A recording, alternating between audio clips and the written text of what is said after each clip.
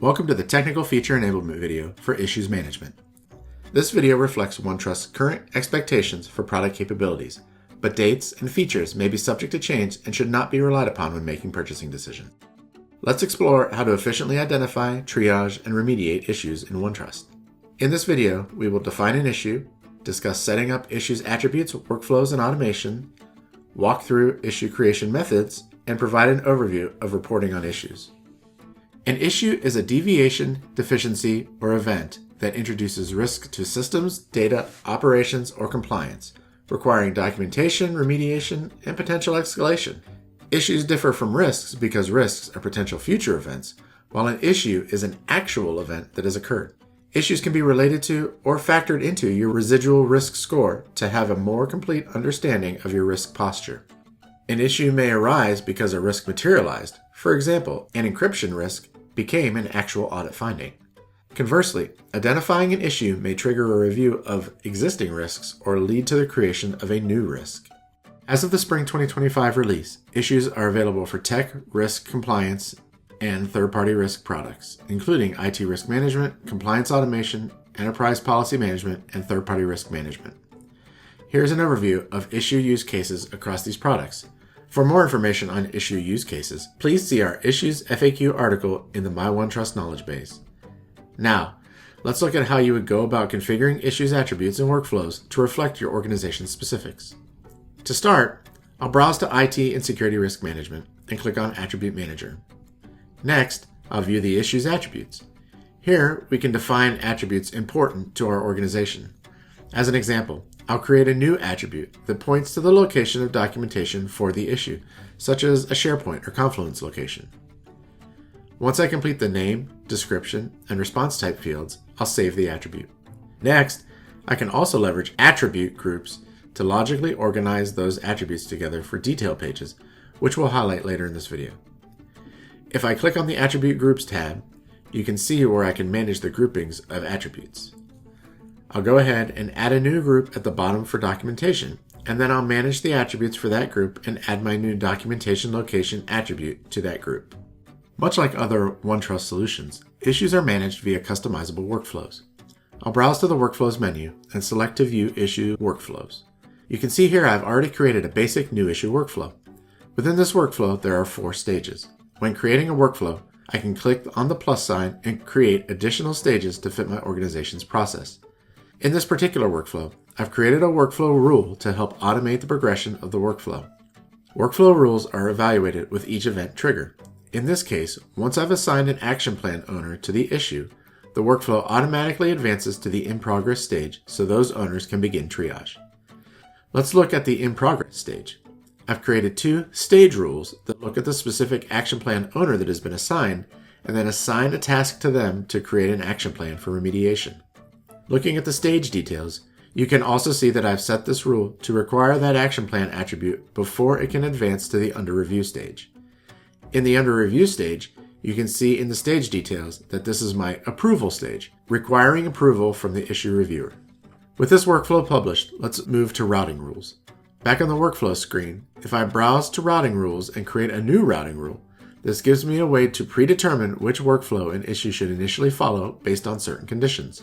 For example, if I create a routing rule where the condition is that the priority of the issue is critical, I may want the issue to follow a workflow specific to critical issues rather than my new issues workflow.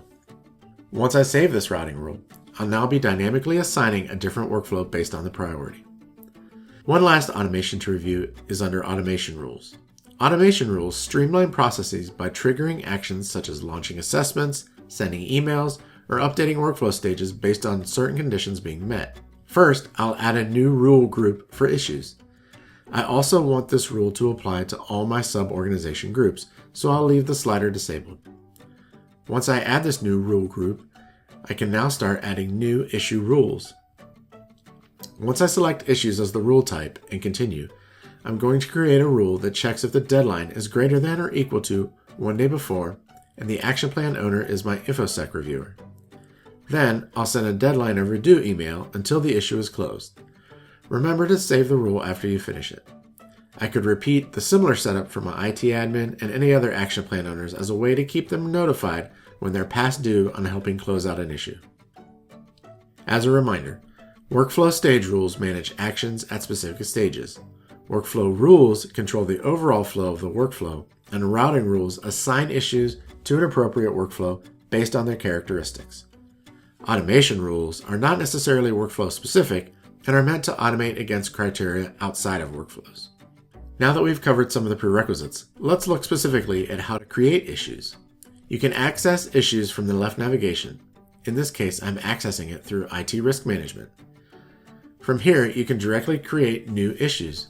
I can click Create New and then start adding details for my issue. As an example, perhaps I've discovered our password rotation policy is too lenient for our Microsoft Entra ID. I'll enter the name for the issue and the severity. Once completed, I'll save the new issue. Now, let's look at the issue in detail by clicking on the issue in the register. You can see in the issue a view of the workflow and its current status. You can also see all the attribute groupings if we scroll down the details page, including our new documentation group. If you remember my workflow rule, I'll go ahead and assign my action plan owner. If I refresh, you can see the workflow change status to in progress. Note how you can also add documents and tasks to the issue. Looking at the tasks, you can see how my rule automatically added the task for InfoSec to create the action plan. This capability helps you manage the remediation of the issue by defining the specific steps for remediation and assigning them to responsible individuals. On the Related tab, you can create relationships to other objects within OneTrust since this issue has been created manually. For example, since this issue relates to Microsoft Entra ID, I can click Add Relationship and then relate this to my asset for Entra ID. I'd also like to call out the Comments tab under the More menu. Here, you can create comments and notes related to the specific issue so that the history and conversation about the issue stays within the issue's history and activity. As mentioned before, issues can also be created automatically through assessment automation rules. As an example, I'll show you how you can create issues as part of your control assessment. Within IT and Security Risk Management, I'll browse to Templates and then to Control Templates. You can see I already have a control template in draft mode, so I'll edit the current draft of the template. When I edit the new draft version on the Builder tab, you can see I have a question relating to whether the control is effective.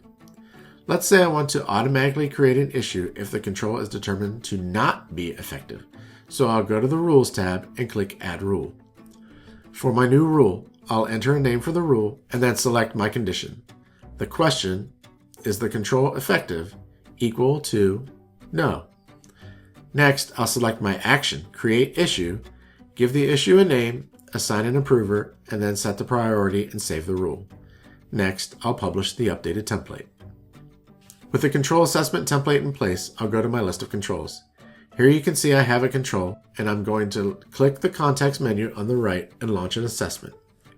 For this specific example, I'll select my control attestation template, and for simplicity, I will send this attestation to myself in order to illustrate the functionality.